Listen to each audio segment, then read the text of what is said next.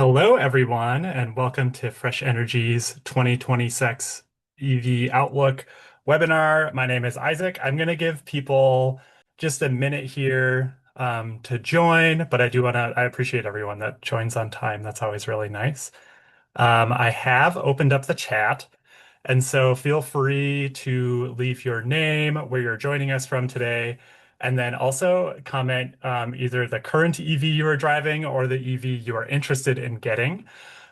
When you do send your message, make sure that the little blue box says it's sending to everyone. If it's just hosts and panelists, only we will see it, but if you send it to everyone, then everyone can see. Again, my name is Isaac. I'm joining from Zimmerman, Minnesota, about an hour north of the cities. And the EV I'm interested in getting, I was talking to Anjali about this about a month ago, is I have always wanted to get a Subaru Baja. It is a small car slash truck, and I would love to do an electric conversion for one. It is not realistic at all. I think it would probably cost a lot of money and take a lot of time, but it is my dream EV, so I want to throw that out there. Um, so for people who are just joining, feel free to leave your name, where you're joining us from today, and either the EV you currently drive or the EV you would like to drive. Um, I know we have a lot to get through today, so I am going to officially kick everything off. All right. Hello, everyone, and welcome to Fresh Energy's EV Outlook 2026 Lunch and Learn.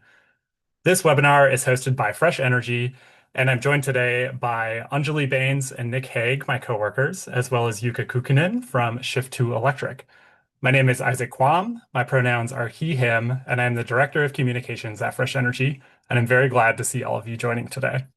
If you've just joined us, feel free to introduce yourself in the chat with your name, where you're joining us from today, and then either the EV you currently drive or the EV you would like to drive. Just a few housekeeping things before we get started. We will be recording today's webinar. I'll be posting a recording of the webinar today up to YouTube either later today or tomorrow morning. And everyone who is registered will automatically get an email with a link so that you can watch it later. We will also be posting a text version onto our blog probably early next week. So if anyone wants to read instead of watch a video, I don't know if there's many people that would choose that. That'll be up next week. And then moving on, we will be holding about 15 to 30 minutes at the end of our webinar today for a Q&A section. So feel free to enter any questions that you have at any time during today's webinar. We do ask you to use the Q&A button at the bottom of your screen for this. It helps us keep it a little more straightforward instead of using the chat. But just use that at any point of today's webinar, and we will get to your questions at the end of the webinar. And some of you are new to Fresh Energy. Welcome. Fresh Energy has been working on clean energy and climate policy issues here in Minnesota and throughout the Midwest for 35 years. We're changing the world through bold policy solutions that move us to a just carbon-free future, and we're helping everyone who lives here end dependence on fossil fuels, electrify their lives, and build a healthy, clean energy economy where everybody can thrive. Okay, here's a really quick look at our agenda today. Anjali is going to kick things off with some federal and state EV policy updates, followed by my coworker Nick speaking about Minnesota's transportation electrification plans. And then we'll hand it over to Jukka to share the state of the 2026 EV market. At the very end, we'll get to the Q&A to answer all of your questions about electric vehicles. Let's move on to introductions. You've already met me. I'm Isaac, the Director of Comms at Fresh Energy, and I'm joined by Anjali Bains, Nick Haeg, and Jukka Kukkonen. Okay, I think we're through introductions. Anjali, I'm going to hand it over to you to talk about federal and state updates. Awesome. Thanks, Isaac. And hi, everyone. Great to be here. I'm glad you're joining us today. So if we go to the next slide, great. There has been a lot happening with this current administration since they came into office about a year and a month ago. And so I'm going to cover it as quickly as I can. But of course, if anyone has any other questions, we can get to it in the Q&A. So no surprise, this administration is very anti-EV. And the new development since the last time they were in power is that they are going above and beyond to really stop EVs in all ways they can think. So the first thing that happened is about a year about a year ago, really, the Trump administration decided to stop paying out the National Electric Vehicle Infrastructure Funds. So these are the funds that were included in the bipartisan infrastructure law in 2021. It was giving states a lot of funding to support the build out of a public fast charging network across the US. And places like Minnesota had already put together a plan and moved ahead to obligate as much of that funding as possible. So this was, of course, a big disruption to the program. And luckily, states decided not to just let it go. So 17 states, including Minnesota, and a coalition of nonprofits sued the Trump administration.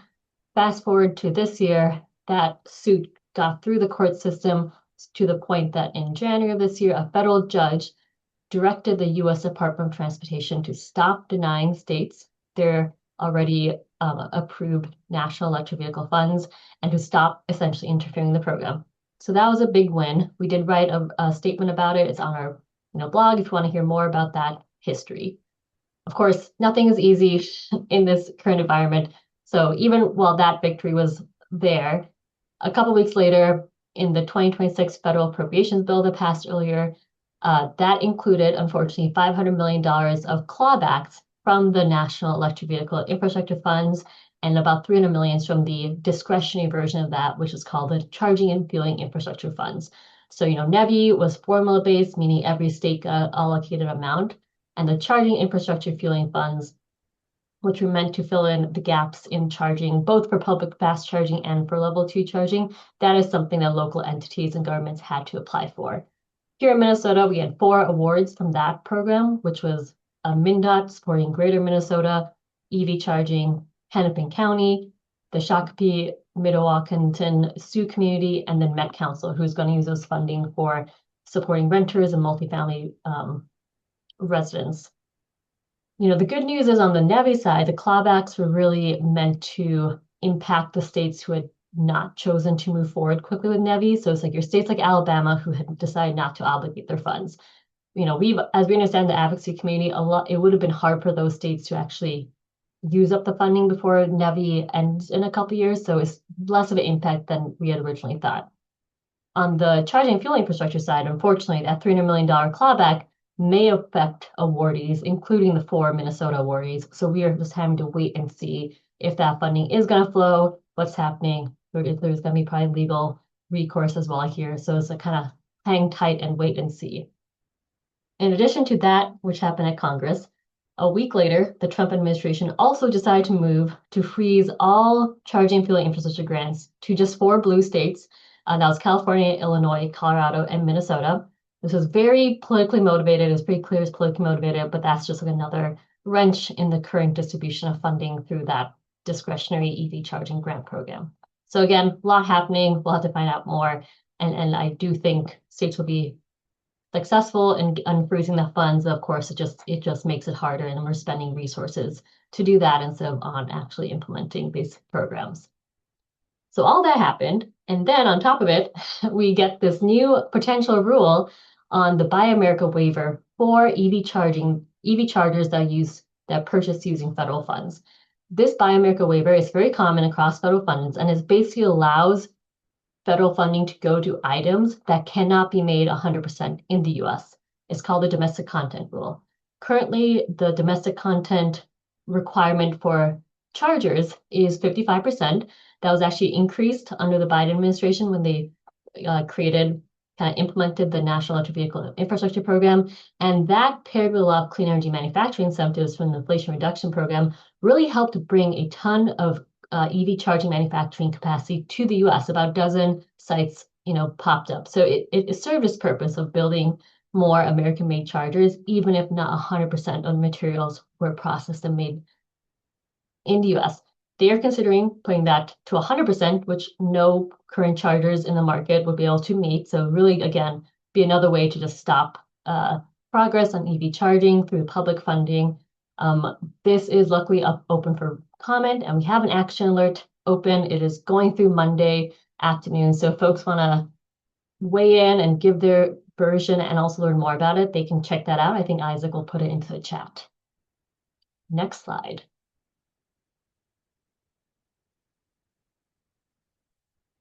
Great. So all that happening federally, a lot of drama. Statewide, things are happening too. People may recall the last year during the legislative session, in order to balance the budget, there was a proposal to increase the EV surcharge from the $75 to a new MSRP-based system with a minimum of $100 to $150. So that did pass alongside a new public charging tax that would go into effect 2027 that would put 5 cents per kilowatt hours on fast chargers.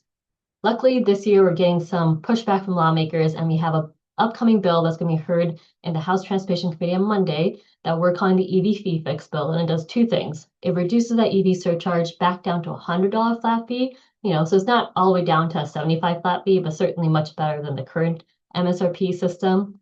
And it proposes to make up the lost revenue through bringing that surcharge down by adding a weight multiplier that would affect all vehicles, so including the heavier gasoline vehicles, as a way to kind of counter the lost revenue to the roadway funding from reducing the surcharge.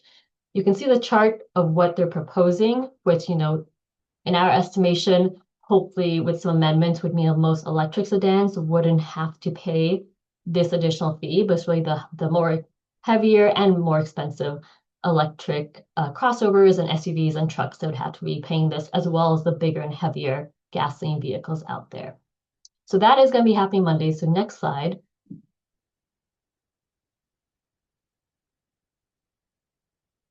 Oh, sorry. Next slide, Isaac.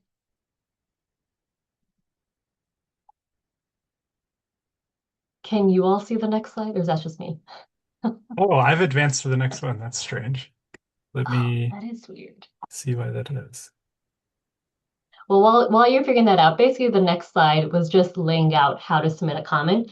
And, this will be posted up to our website afterwards. So if folks want to take a look, we will make sure we can just pop that up for people. But essentially, write your own set of comments of why this new EV surcharge isn't affordable for you. And you can submit that to the House Transportation Committee administrators. There will be the emails included for folks. And then we'll have a hearing on Monday, and hopefully we'll be able to move this forward. Chances of it passing this year are pretty limited given the politics in the House and Senate. It's very narrow margins, but it is a really good demonstration of a desire to kind of fix what happened last session. And we think there'll be more success around changing that EV surcharge and possibly even repealing the public charging tax next year once we have a new set of circumstances in the state House and Senate. Great. I think that is it for me. I know, Isaac, we're having some troubles with the slides. So I will pop it over to Nick to just give an overview of the regulatory stuff happening in Minnesota, and then we can figure out something on the side with the slides. Oh, For there we sure. go. Awesome. Perfect timing. Yeah. Thanks. I was getting some errors from Zoom on my end. I'm not totally sure why, but we'll hand it over to you, Nick, to talk about transportation electrification plans. Sounds good. I was just getting ready to talk about this stuff without slides, so I'm glad I've got my safety net here to guide me through the process. So thanks, Isaac, for getting that sorted. Yeah. So for the transportation electrification plans that Isaac was talking about, these are a regulatory process that goes through the Public Utilities Commission for Minnesota's investor-owned utilities, which are Minnesota Power, Otter Tail Power, and Xcel Energy. So a good number of, almost half of Minnesotans have Xcel Energy as their electricity service provider. So most of what I'm going to talk about is about Xcel Energy's transportation electrification plan here. And this goes over existing programs and how those are performing, as well as some future programs and what Xcel is planning on doing to support transportation electrification in Minnesota. And I wrote a blog post about this a little while back. So if you are interested in learning more, you can either reach out to me directly or you can read the Fresh Energy blogs that are going to be covering this topic for a while. Yeah, so next slide, please, Isaac. So I think just as a level setting about what is this? How much is Xcel really spending on this? The answer is it's a good amount of money, but it's not nearly as much as what Xcel spends in its other two service territories, which are in New Mexico and Colorado. Those are the two bars on the far right there. And even other similarly sized Midwestern utilities are spending more on transportation electrification per customer than Xcel is in Minnesota. In this transportation electrification plan, you can see they're increasing funding slightly to support this by giving out more money for public charging infrastructure, which is really great news. We're excited to see that. but it still pales in comparison to what they're doing elsewhere. Next slide, please.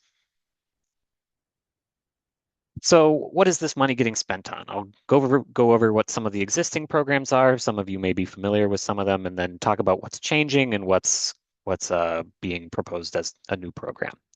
So one of Excel's main flagship programs is this residential EV accelerated home program.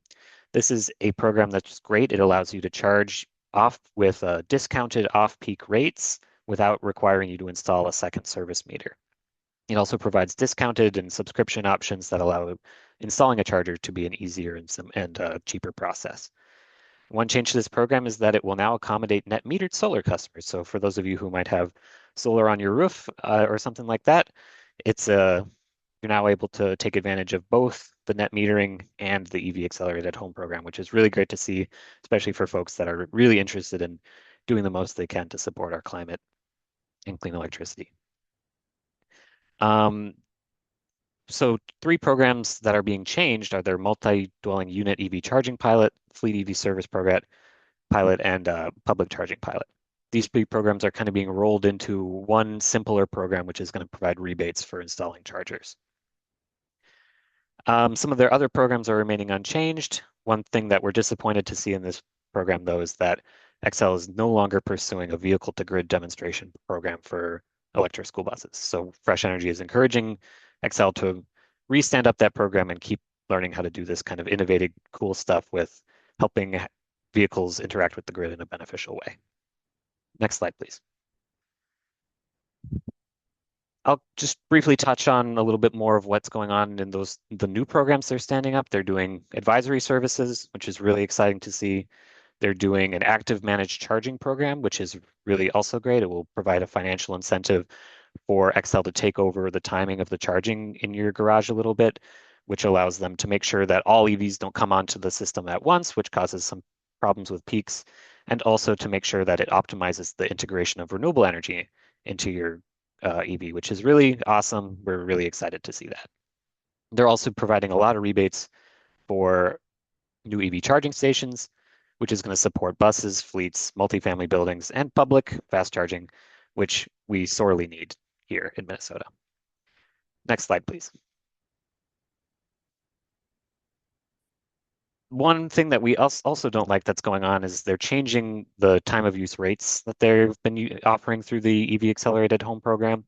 It used to be the case that you could charge off-peak at less than 4 cents a kilowatt hour, which is the equivalent of about 50 cents per gallon of gas, which is really a great deal. They're almost doubling that rate to 7.5 cents a kilowatt hour. That's still less than a gallon of gas for an equivalent of fueling. So with prices changing in the gas side, this is still an amazing deal, but we are interested to learn more about how they calculated these numbers and make sure that Excel is doing these rate changes in a way that's prudent and is not adversely impacting EV adoption. Next slide, please. So, like I mentioned, I'm mostly focused on Excel here just because this is the transportation electrification plan that goes first and supports the most EVs in Minnesota. But the other 2 utilities in Minnesota are also doing a lot to help EV adoption. Minnesota Power recently approved rebates for EVs. They're also exploring rebates for electric school buses and supporting fleet advisory services. Otter Tail Power, which is in Northwest Minnesota, they also approved a new program for managed EV charging that allows people to get compensated for charging off-peak without requiring installing a second electric meter. These are both really exciting programs, so if you have either of these 2 utilities as your electric service provider, really encourage you to explore the options that they have out there. They're also doing a lot to support transportation electrification. If you have questions about these or any other programs or anything else utility related, feel free to reach out, like I mentioned. Otherwise, I will kick it over to Jukka.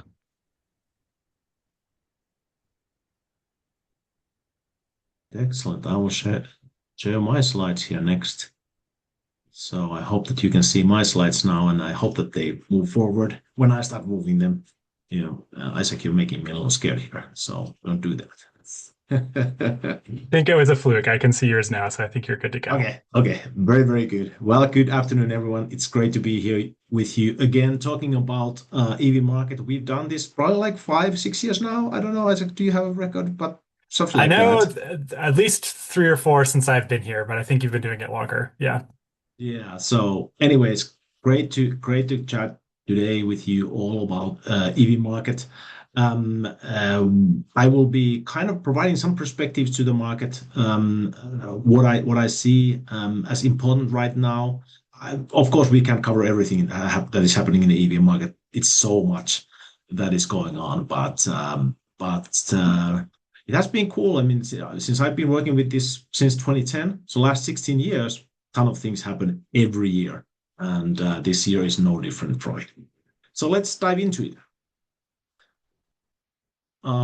Here's the first slide that I just put together recently because I wasn't expecting to talk about this topic just a month ago. This is totally new because of some interesting decisions made by our leadership.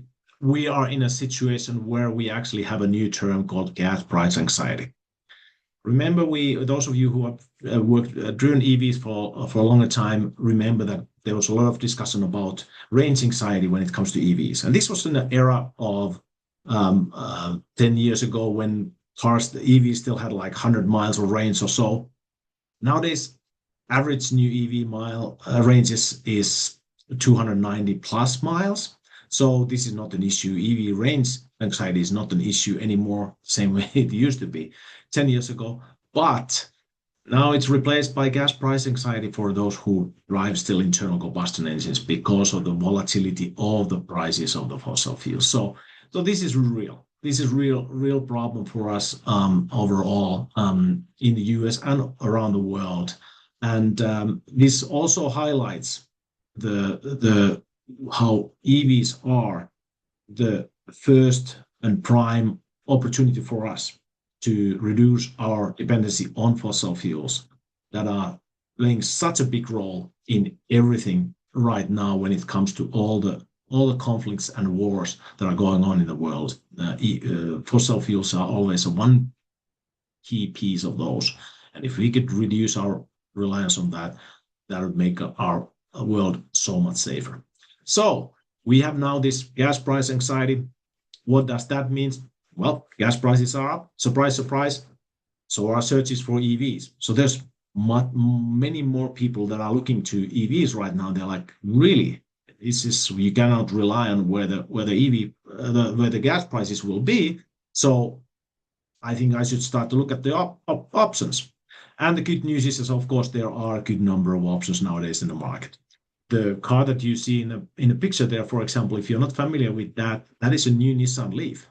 That is actually a great car, about $30,000. Very good choice for many people, and something that we would have hoped to see from Nissan maybe 6 years ago. Nissan has been a little slow in improving their Leafs, but now this one is a really, really good one. So I'll talk more about that and some of the other new models later in my slides. I'll get back to the basics again. Being an automotive engineer, I look at always the technology and just want to remind you again about why EVs. Internal combustion engine has served us very well for the last 100 years, but it is very energy inefficient machine. We're trying to capture the energy that is in chemical form in gasoline by using small explosions and turning that into propulsion power, and we're losing a lot of energy in that process. So internal combustion engines are 15 to 25% efficient in real life, whereas electric motors 85 to 95% efficient and much more simple mechanically. So EV technology is 4 times more efficient than internal combustion engine technology. And if you have any technology that is 4 times more efficient than the previous technology, it will take over. There's no question about it. And that's now it's just about speed as it has been, and we are seeing really fast movements around the world. US, unfortunately, because of the political headwinds, is slowing down quite a bit, but this will still continue. EVs will be the future. There's no question about it. So I've shown you in the past some information about how battery prices are coming down, and now I have a little different view and perspective to this one, more on a smaller battery size. So if you think about the smaller batteries that are used, for example, in the scooters or electric bikes or golf carts or RVs or small off-grid setups, other like that, boats and all of that. My thinking used to be that small batteries cost about $1,000 per kilowatt hour. And these are usually LFP batteries, lithium iron phosphate batteries that are used with, there's the chemistry that's used there. And the same chemistry is now used with electric cars too. In many of the basic models of many of the electric cars use the same LFP battery chemistry. But anyways, in a small format, when you have a smaller battery, my thinking was $1,000 per kilowatt hour was kind of like a going rate for these batteries. 2024, I did build an electric boat. And at that time, I was looking for batteries for it. And I found that 5 kilowatt hour battery cost me $3,000. I was very happy with that to get the battery, 5 kilowatt hour battery back for that price at that time. So that was less than my previous thinking. Then last year, I started to look at what kind of battery prices are for similar batteries now. And the world has changed a bit in this space. So now you can actually buy this kind of a 5 kilowatt hour battery pack. They're 48 volts. 48 volts seems to be a kind of becoming a standard for all kinds of off-road and smaller battery setups. But 5 kilowatt hour battery that is actually Bluetooth connectivity, has Bluetooth connectivity in it, so you can actually check what's the state of charge and other parameters from your cell phone. It also comes with a shunt that you can use to measure the amperage that comes out of the battery, and then also display that displays you all the information. And it comes with a charging setup, all that included. These are usually used for golf carts and similar setups, but I, of course, would like to use those for electric boat conversions that I'm just planning to build my next one very soon. And look at the price. This is just from Amazon.com. Very simple. $675. I paid 2024 $3,000 for this kind of battery. Now it's $675. I could now, and with all those accessories with it, I could now build 20 kilowatt hour battery pack for that $3,000 for this. So if you are doing anything with RVs or any off-grid solution for a small cabin or anything like that, the price is not an issue anymore with these things. And this just kind of reflects how fast the battery prices are coming down. So this is interesting. And it's not just the one manufacturer. There's plenty of other manufacturers that provide the same kind of system. So we can definitely see in real life here how the battery prices are coming down and becoming more affordable for us. All right, let's go to global EV sales. So global EV sales 2025, we, of course, here in the US have thought a long time that US is the capital of the all automotive manufacturing, and that is not the case anymore. If you look at just in North American all light-duty vehicle sales is about 16 million units. Chinese make over almost 13 million EVs, that's EVs a year, right? Sell them there. Plus, then they export quite a bit. So it's very, very, very interesting how big the China has become and how big they are in the EV sector. They have grown pretty well. Europe is growing well. North America became a little bit down last year, but also the rest of the world is growing. And then you can see the global EV share by region there in the next one. So China is by far the biggest. This means that in addition to them being big in their market, they are also starting to export outside of China. And we'll talk about that very soon. So world is moving forward. Even if we are slowing down because of the political headwinds, world is moving forward. That is very clear message that we can see from the data. Here is an interesting graph. The top part of this is 2019.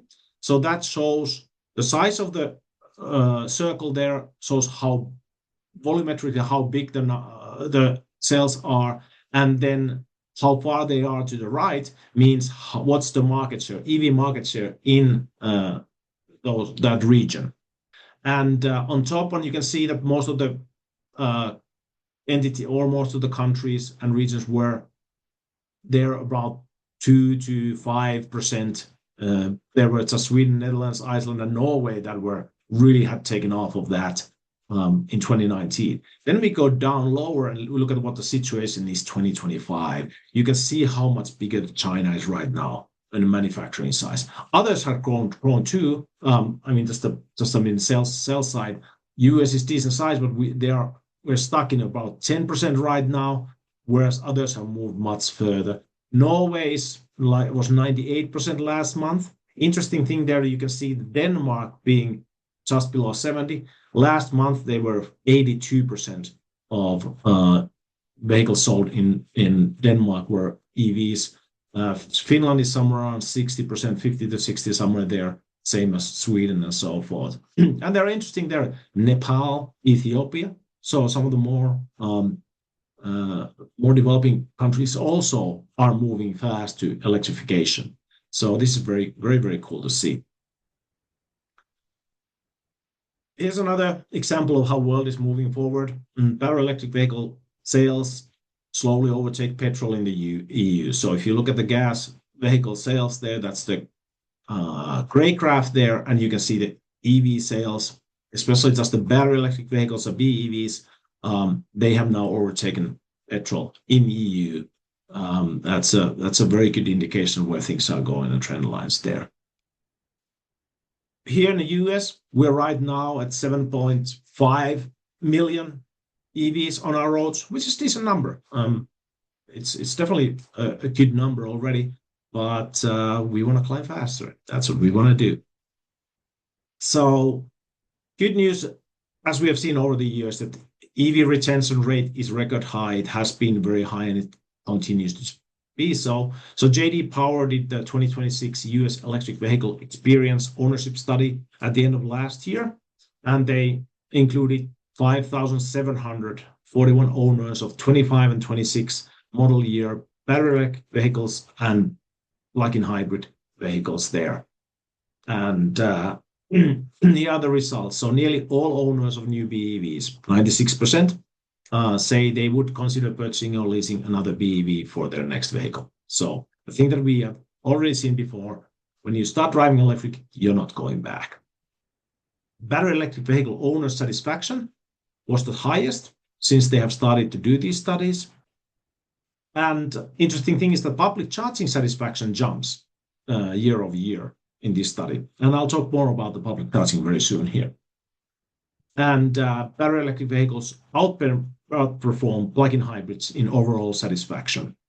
And this is interesting because when you talk with people who don't own an EV yet, they usually say, well, maybe the plug-in hybrid would be a better option because then I still have the flexibility there. And I say like, yep, might be if you have just one car in your family. But if you have more than one car in your family, I would definitely recommend considering battery electric vehicle first, because people tend to be more satisfied with just an EV, just the battery electric vehicles, compared to having still the internal combustion engine in the car. So these are just my experience when talking with people, and clearly in these survey results, it also shows the same kind of phenomenon there. All right, when we are shifting drivers to EVs, what are the concerns and some of the realities then? So one of the concerns is that EV batteries are expensive and they need to be replaced every couple of years. We've heard this about a million times when we talk with people, but the reality is that batteries just keep going. That's really what we are seeing. So research firm Recurrent gets data from over 30,000 EV owners, and based on their data, 92.5% of EVs that are 10 years old had still their original battery. And only 4% have been replaced outside of big battery recalls. So there have been a couple of big battery recalls, and only 4% have been replaced outside of that. And since EVs have battery warranties that cover 8 years and 100,000 miles, vast majority of these have been replaced under warranty. So the number of batteries that needed to be replaced outside of warranty have been very, very small. And that might still be an insurance case or something like that. included there. So that's a good data point there. And cars with 150,000 miles or more that have their original battery are getting at least 83% of their original range. That is what we are seeing in real life too as EV owners. And Cox Automotive did a similar kind of thing. They tested nearly 80,000 EVs and found an average battery health of 92%. I personally just nowadays buy only used EVs with high mileage. I have right now 3 EVs that have about 150,000 miles. One has 137,000 miles, 147,000 miles, and 164,000 miles on them, and they are 10 years old, 9 years old, and 6 years old. And I bought all of these when they had over 130,000 miles on them. So I'm not concerned about the battery degradation in the older EVs at all. They seem to be doing really, really well. But if you have friends who are considering buying a used EV and this is of concern to them, you can still help them by saying that you can find an extended warranty for it if this is something that you're worried about. So extended warranties are available for these vehicles. All right. Some other concerns and realities. So one concern is I would have to waste so much of my precious time charging an EV. And those of us who drive EVs know, of course, that that's not at all the case. Home charging is the most convenient way to power your driving. So level 2 charging, of course, you plug it in the evening and every morning it's full. It's kind of like charging your cell phone. There's nothing more complicated than that in the process, and you don't have to drive anywhere to power your car. You can do it in your own home garage. Then if you do longer trips and you use DC fast charging setups, so the good news with that is it's becoming faster every year. So 2012, we had the standard for DC fast charging was roughly allowed 50 kilowatts. That's what the most installations were. And the fast DC fast charging was considered 120 kilowatts. That was already fast. Most of the EVs that I have actually are in this level. And I actually enjoy the about 100 kilowatt charging. It takes 30 to 40 minutes when I'm driving, but I like taking that break. For some reason, it's just much more comfortable and enjoyable drive that way that it pushes me to take a little longer break. I enjoy it. So that works well for me. But 2025 now with the new vehicles, the standard is 150 kilowatts is kind of the standard charging rate. And the fast, consider the DC fast charging is 300 kilowatts. Some even charge faster. So that's where we are out there right now. So then we're talking about 20 to 30 minute stops with these. So you can actually go inside and visit the bathroom and buy something to eat still during this time, but you can't sit down for lunch or dinner because that takes longer. Well, now when we look at in the future, I'm predicting that in 2030, the standard will be 300 kilowatts and the DC fast charging will be 2000 kilowatts. And we can already see this happening. This is not the out of the box thinking at any way. We are already seeing this one. Some of the Chinese manufacturers are already installing charging infrastructure and are selling cars that can do 1000 kilowatt charging, which is really amazing. So this is definitely going to happen. And if you think about what that means, is if you have 1000 kilowatt charging for your car, that charging provides you 50 miles of range per minute. That means that in 4 minutes, you can already get 200 miles of range, and these vehicles will have automatic payment, so you don't even have to pull out your credit card or anything like that.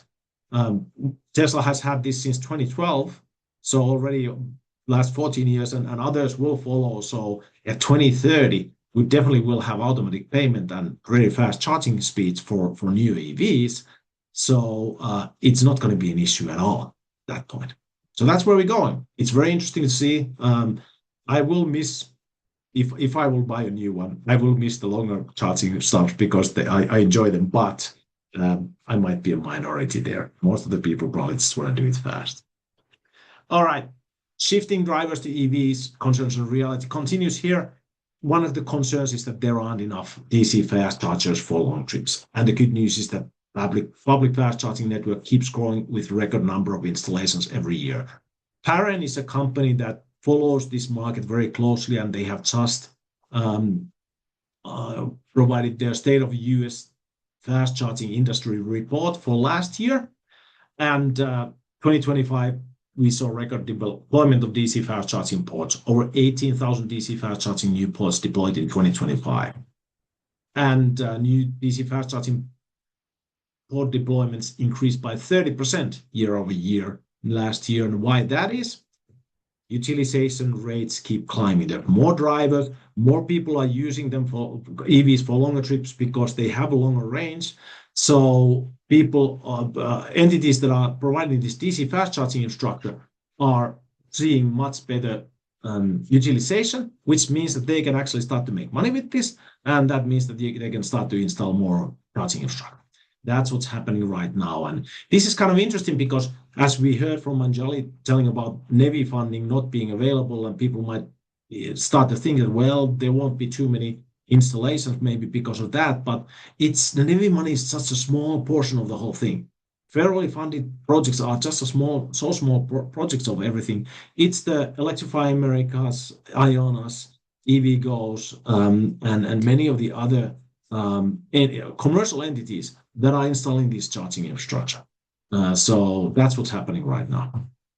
Non-Tesla networks are increasing their port per station numbers. Tesla still has the most ports per location usually, but non-Tesla stations are having more of that too. And the interesting thing also is that now all new EVs, except Stellantis products, can use Tesla's supercharging network. So now in addition to non-Tesla, they can also use Tesla stations. So that provides much more flexibility for people.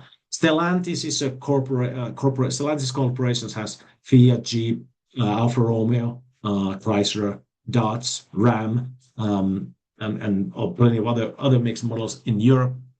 So they, for some reason, don't have yet access to Tesla supercharging network, but I'm sure that they will change that sometime very soon. All right, shifting drivers to EVs, concerns and reality continues. EVs don't work well in cold climates. Those of us who drive here in Minnesota know, of course, that that's not true. EVs are the best cars in wintertime by far for many reasons. And here's some examples from Norway. There are 357 communities, municipalities in Norway. 107 of these last year, all passenger cars sold were battery electric vehicles. That is almost a third of them. There were no internal combustion engine vehicles sold at all. National total was EV share was 96% roughly. And then even in the colder areas, so Finnmark, that is Norway's northernmost county that is above Arctic Circle, 12 out of 18 municipalities in that area had 100% BEV sales. So yes, EVs are the solution also in colder climates. That's how things work. All right, new EVs that are coming to market in the US. What's happening here? So some of the manufacturers have limited their model lineup recently. Jeep being probably the biggest one of them. They pulled out all their plug-in hybrids from the market. US manufacturers will have very tough time in many reasons. They started investing a lot of EVs. Now, when there's a political headwind, they have been pulling back from it. It's really costly process for them in so many different ways, but that's unfortunately happening. And then the tariffs have limited some of the other manufacturers how many different models they are providing in the US. Recent information was that Hyundai is pulling their Ioniq 6 from the market because of that, the tariffs and all of that. So it is challenging for that. Good news is that we have some of the other manufacturers are adding more EV models, which is interesting to see. Toyota, that has been the company that has been dragging their feet for a long time and has been kind of boo-booing the EV market because they have wanted to keep their hybrid setup going, is now hopefully increasing the number of their models in the market. At least in theory, they have all of these models right now coming, and this would be really nice model lineup. if they do provide all of this.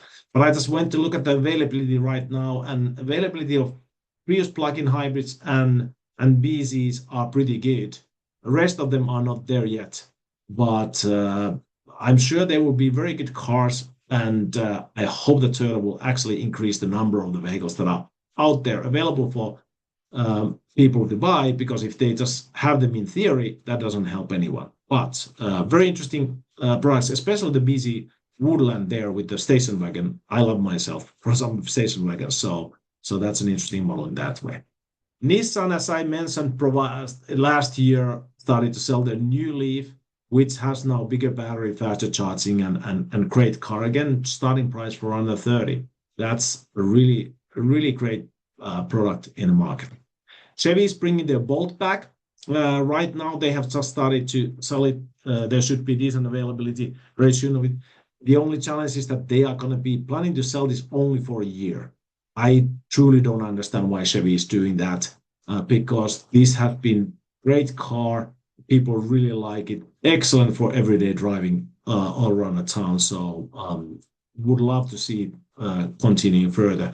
I think they are moving some of the manufacturing from other models from Mexico to US because of the tariffs. So we'll see. I hope that this continues. Rivian R2, they just announced the pricing today for this one, and I think the base model will be 48,000 if I remember right. No, 45,000 I think was the really base model, but the starting model that is starting this spring will be the all-wheel drive performance, and that'll be 58,000. But that should be coming to market very soon here. Then Slate is another interesting addition to the market that we're looking forward to seeing. Again, the idea is to having a very basic vehicle with very little extra functionalities, just basic, take it and drive it. And I'm sure there are many people who like that approach. So we'll see when that's supposed to start coming to the market at the end of this year. But as with any new manufacturer, we will believe when we start driving it. But very interesting cars that are coming. All right. The thing for this year really is when you're talking with people is that it's a great year to start buy a used EV. And the reason is that the leasing rates increased quite rapidly in recent years for EVs, and now we will have a lot of EVs coming off lease. I'll show you some numbers. And if you look at this, usually the leasing is 3 years. So we already had very similar sales of EVs in 2023 than we do right now. So that tells you that the market, there's a good number of vehicles that are coming.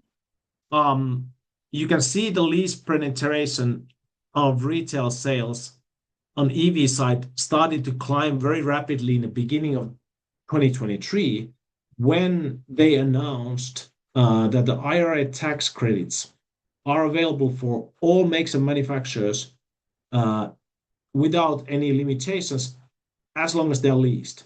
And that's when manufacturers decided that, hey, we want to provide good leasing rates for these vehicles, and then they could take advantage of the tax credits and make them the numbers work well.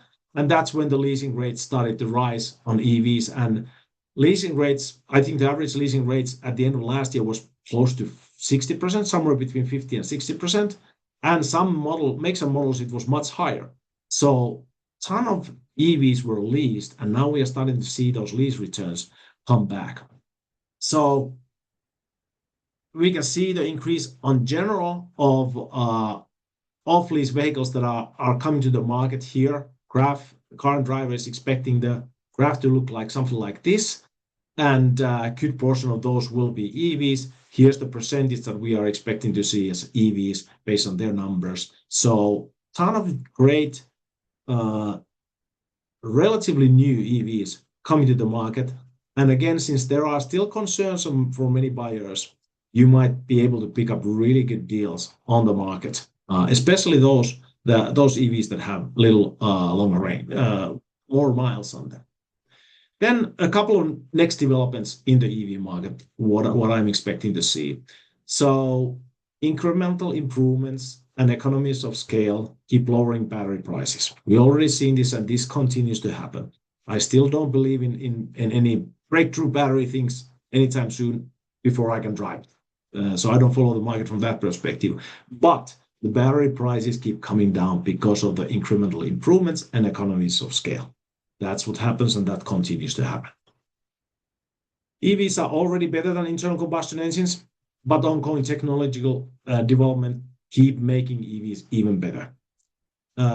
ADAC in Germany is a big organization that does a lot of testing on different vehicles, and they just announced their latest recommendations on vehicles, and they are decently conservative in Germany area about their vehicles, and still on their recommended list, 7 first spots on that list were battery electric vehicles. So I think there are like 100 vehicles on the list, and 7 first were EVs, battery electric vehicles. So that tells you something. They were looking at the technology and the price financial side too, and they said these are the best vehicles to buy right now. That tells you something, and of course those who drive EVs already know how that goes. But big small developments keep happening all the time. It's kind of interesting because I drive older EVs. When I look at the new EVs, look at all the great functionalities they have and all the great features. It's really, really cool to see the technology moving forward. US manufacturers, of course, have been regressing into older technology, and that really threatens their future. We see where the world is going. It's moving forward to electrification.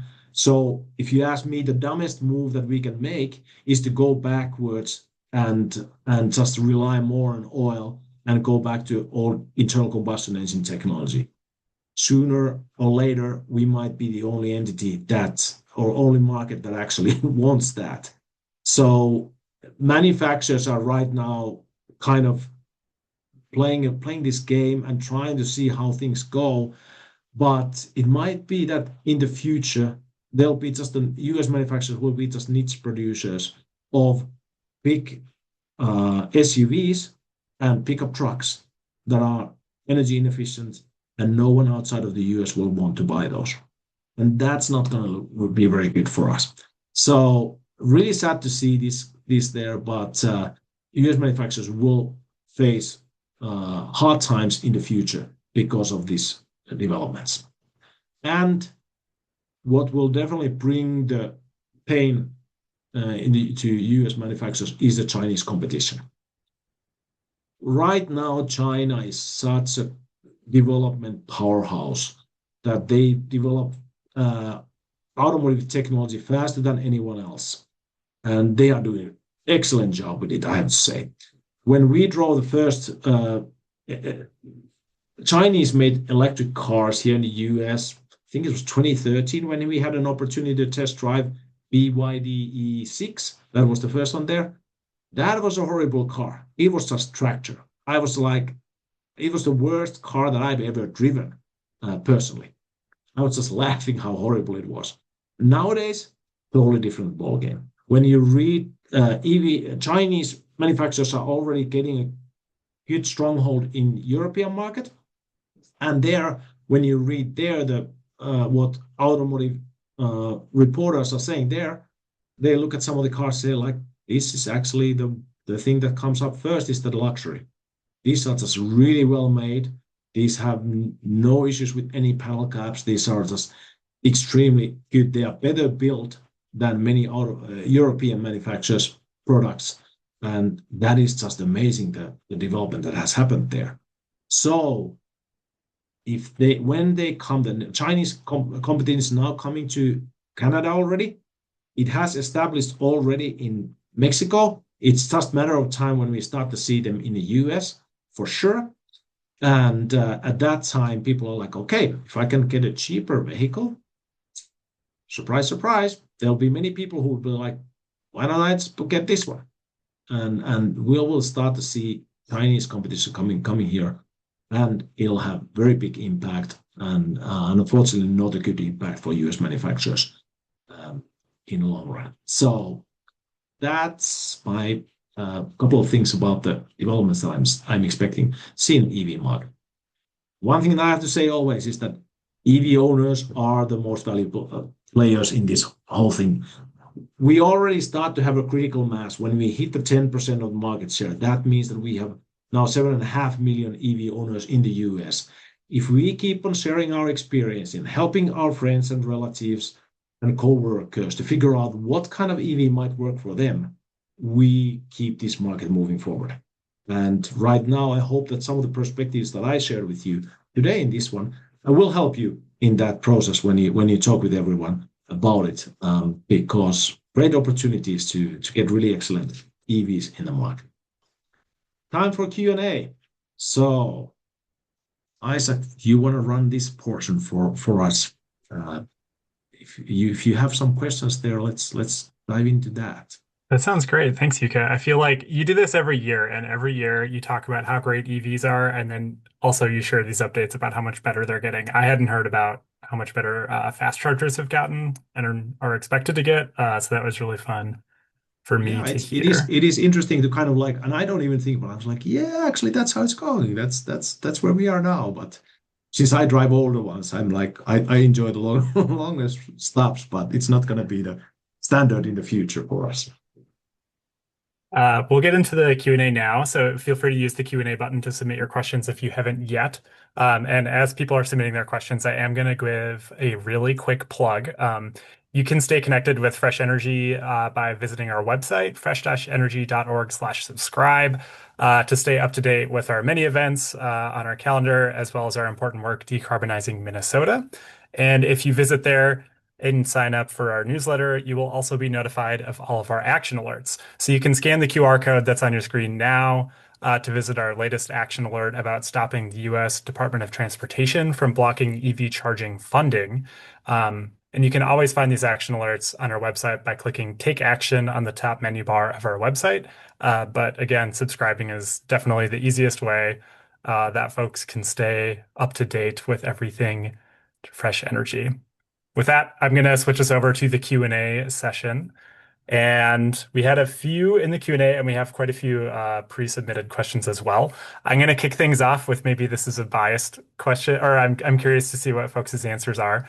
But one person is curious about what the best EV is for under 10,000. I'm assuming that's used, and maybe people have favorites, but Jukka, Anjali, or Nick, I don't know if any of you want to jump in with a very affordable recommendation for an EV. I think we should start with Anjali because she's doing market research right now. So what are your learnings recently?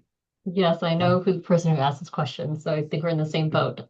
Yes, well, I have found out that there will be a 2019 Chevy Bolt coming onto the market in the summer from someone on this in this webinar that will be about 10,000 or a little bit under 10,000. And that is, I have a Prius right now, I'm a 2013 Prius.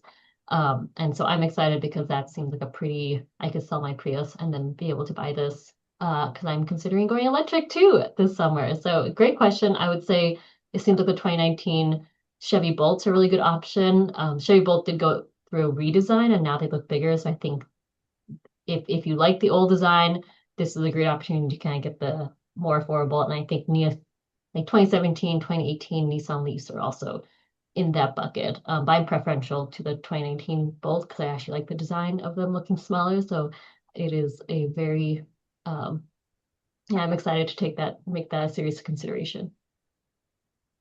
Nick, do you want to chime into this? Yeah, I'll jump in too. I think, when you look at used EVs and, if you're price sensitive, the cheapest options are going to be Nissan Leaf and Chevy Bolt. And those are both really great cars. I'm also looking at car options now. I think for me, having that 150 kilowatt minimum DC fast charging is going to be a priority because I like to go up north, go camping, and visit my family, they live in central Minnesota. So it's a little over 100 miles to get there, and I want to be able to not have to stop along the way. So having a battery that's big enough and a fast charging capability is important to me. So I'm really excited about the new Nissan Leaf and the new Chevy Bolt, both of which are having 150 kilowatt charging. I also really think that in the used market, the Ioniq 5 And I see someone in the chat put the Kona and the Nero, both of which are really great in the used market, I think are very exciting and affordable EVs. Yeah. Yeah, and I'll add to this. I mean, Nikki already mentioned the cheapest option. We saw the old Nissan Leafs. Some of those had the first generation, or most of them had the first generation batteries that do see a bigger degradation. So you might have only 50 to 60 miles of range if you originally had 73 or 84 or something like that. So if you're looking for really, really affordable options and you just need to drive around town, might not be a bad idea. For you, you might get them for $4,000 to $5,000 range. So those are the options. And good news for that is that you can always use a Leaf Spy app to go and check out what's the battery condition. That helps you to make the decision because you can make more informed decision about it. Definitely, Chevy Bolts are still fitting into that. Some of them are fitting into that $10,000 range there. But if you up to 15,000, you start to have quite a bit more options in the market. So that's that. And if you go to 20,000, you have so many different vehicles that you can choose from. So that's kind of where we are with the used market on a more affordable scale. And I might just add, for those who are considering the lower range EVs, there is a wonderful nonprofit electric vehicle car share and gas car share in the Twin Cities. And I do know that they offer an opportunity for people who want to go longer distances. They have a use case where people take the gas cars and go out camping and then come back. So you could have your EV for daily use, and for those longer trips, you could get an hour car vehicle as well. We have another question from, I think their name is Krell. I'm sorry if I'm mispronouncing that. They say, we know EVs are the future of transportation. Will EV prices plummet in the near future as car dealerships look to liquidate their EV inventories? I would say no. I don't think there will be huge drops. What happens all the time is technology gets better. So the previous technology becomes a little bit cheaper because of that. But at some point here in the future, we will start to see a trend where the interest towards internal combustion engine gets lower. And that's when the price of those vehicles will start to drop faster. So we're not there yet, but it will come sooner or later. Right now, we can take advantage. Why we are seeing so affordable EVs right now, part of it is because the original buyer got the advantage of the 7,500 tax credit, and that's gone now. We don't have that anymore in the market. So the residual values that are calculated for those leases included that $7,500 impact. So therefore, we have good deals. So we'll see. I don't expect big drops in the future on the price of EVs. But again, technology keeps improving, and sooner or later it'll hit also the internal combustion engine side. We also have a question from Barbara. This one's about charging, and she says that she's interested about the future of charging in the most northern part of Minnesota, up north of Duluth and then up to the Canadian border, and is wondering if there's any kind of updates for that area as it pertains to charging. I know that's a really popular area for people to vacation to, kind of along the North Shore, but of course, lots of people with EVs want to know about living there too. Yeah, utility companies have done installations very recently on those areas. So Minnesota Power, for example, installed 16 different locations there. In their Otter Tail Power has done some DC fast charging installations, and we are starting to see also the commercial entities going into that area. I know the Electrify America has done installations in there. Tesla has charging infrastructure in those areas too. So I'm expecting that we'll start to see more and more of those also happening in more northern part of Minnesota. And I think, Nick, you've been working with utilities like Otter Tail Power and Minnesota Power. Do you want to give any insights on the utility investment side? Into the charging infrastructure? Yeah. So both of those utilities are more rural, so the the economics of a company like Guyana or a Tesla, like installing a public fast charging station, it's less useful for them. But we still need to be able to go up there, and people who are traveling through that area still need to be able to charge So that's why we have things like the National Electric Vehicle Infrastructure Program. And as additional to that, we've got the utilities in those areas have been authorized to build DC fast charging stations. So, and those are coming online in fast order. So Minnesota Power got 16 of those approved a few years ago, and now I think 13 of the 16 are operational, which is really exciting. And Otter Tail Power has, I think, 11 in their service territory. And a fun fact about those is that right now they're all free to use because their vendor pulled out. So while Otter Tail Power is figuring out how to how to get the payment system operating on those chargers, they're just free dispensing right now. So if you're in Northwest Minnesota, you can get a free charge, which is pretty fun.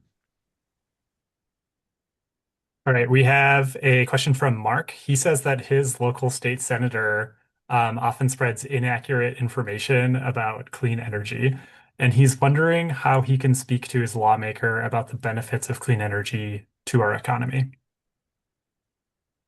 Great. Well, maybe I can take a first go at this, and then you can, Nick, if you have any thoughts. I know you're talking about EV drivers being MVP. So I do think some of those personal anecdotes can sometimes cut through the lawmakers. Unfortunately, we're in a very politicized environment. So there is going to be a certain subset of lawmakers who are not looking to understand the issue, and they really just have a point of view that they're pursuing. But for others, I think having constituents be able to speak up, and a range of constituents, not only just EV drivers, but businesses who want to go electric and are actually seeing real fuel savings, the local cooperative utilities or other utilities in the area, dealers who might be seeing that the EVs are the future. Like all those people are very, I think, interests that a lawmaker like this would be interested to hear from. So that is one way. The other thing is that Fresh Energy does have a lot of information on our website. So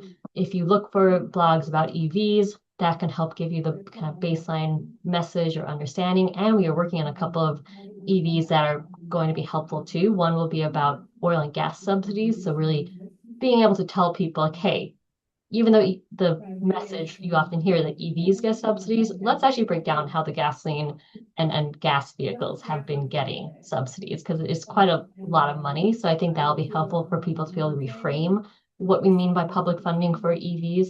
And then we'll be working on one that shows how EVs can be a grid asset in a world where a lot more people are worried about rising electricity prices. EVs can actually have a really great impact on reducing that increase over time and be helpful to all ratepayers, not just EV drivers. So I think those blogs will be out by May time, and it'll be a great time to talk to lawmakers after session 2 when things are a little bit quieter and get them to be on the same page about this. Yeah, I would always highlight the national security impact that we have when we move away from oil, and remind people that EVs are local economy booster every time. More money will stay in the local economy when someone starts driving electric, because they're not spending as much money that on oil, that most of the money will go outside of our state, and they will be spending that money for their power to a local utility company, which again, much bigger portion of that stays in the local economy there. So always trying to highlight those pieces and the personal experience of it. And I've been very happy to see that many of the recent surveys and studies have shown that the even more conservative people are now realizing that renewable energy is actually really, really good for us. It works extremely well, and it is the real freedom, including also the EVs. So having discussions about those perspectives usually works well also for those lawmakers who otherwise don't see the benefits from EVs. I've got a comment from Bill here for Jukka. So Jukka runs the EV info list, which if people don't know, you should look up the EV info list. It has a ton of information about all the different electric vehicles that are available, and it can kind of help you choose which one is best for your needs. And Bill wants to let you know, Jukka, that he would appreciate there being a parameter on that EV info list about 24 amp, 120 volt charging for different EVs. Tesla and Rivian have that capability, and he says that older campgrounds don't always have 240 volts. So good to know. Bill, I also spend a lot of time at campgrounds, and I know that they don't have great information about 120 or 240 all the time. So just something to keep in mind, Jukka. Yeah. The other request that I've had for the EV info list was that to include which vehicles can provide vehicle to grid option capabilities, and that would be great addition there. Sooner or later, I'll have to revamp the. Right now, I don't have space for any new additions there, but sooner or later, I have to figure out again if we can somehow squeeze things a little tighter and do things. Right now, for example, there's a federal tax credit there that is not used anymore. So maybe we can drop that and start to squeeze more information into those columns. So we'll see. But thanks for the idea there. And speaking of vehicle to load, that's actually a good transition. So Mary was wondering if that's becoming more popular on vehicle models, and maybe one of you maybe should give a short summary of what vehicle to load is in case folks don't know. Nick, you have been thinking about this recently, haven't you? You want to talk about the vehicle to load or vehicle to Yes, grid I'm stuff? happy to. Anjali and I just got back from a conference in DC where this was a big topic. Auto manufacturers talking about the capabilities that they put in their vehicles now and what's coming. So right now, many EV models, like the EV9, come with an outlet that you can plug an extension cord into and run it up to your fridge, and you could run your fridge if you're in a blackout or something, which is something that my family that lives in rural Minnesota, they're really excited about that capability because blackout and reliability is a bigger issue out there. But for other things like plugging your electric vehicle into a panel, which then you can run your whole into your electric panel, and then you can run your whole home off of it without needing extension cords everywhere. That's tech that requires a specific kit. Often those kits are an additional cost. Still very exciting. I think that more and more EVs are going to have that tech in them in the future. And then the really future tech is vehicle to grid, which is being able to plug into your panel. And then, like if you have solar panels on your home and you're net metered, if you're not using all of your solar, it feeds back into the grid. You get compensated for that. Similar thing can be happening with vehicles in the future where you plug your vehicle into the grid, and when the utility says, hey, we need more power, and you're not using your car, you can send power from your car and get compensated for that. That tech is, it's been coming and people are really excited about it, but right now there are not a lot of programs set up to accommodate it, and not a lot of vehicles that are capable of doing it. But I expect that will be a bigger thing in the future as well. So keep an eye out for it for sure. I've seen a question from Dirk, and then also James kind of are asking the same question here about, do any of you have kind of an idea of the forecast for the EV market in the future about how much will be plug-in hybrid electric vehicles, battery electric vehicles versus hybrids, and then ICE cars? Any kind of idea about how those ones will grow or shrink over time? Well, right now where we are globally is 25% of the market is battery electric vehicles and plug-in hybrids. And I think out of those globally, we are probably like maybe 70-30. So 70% being battery electric vehicles, full electric, and then 30% being plug-in hybrids. That might be a little off one way or another, but rough idea there in that way. My expectation and what I've seen right now in the market is that we are moving more and more into battery electric vehicles all the time because range is getting longer. It's not an issue the same way. And then you have a much more simplified technology in there. So clearly the movement is towards that.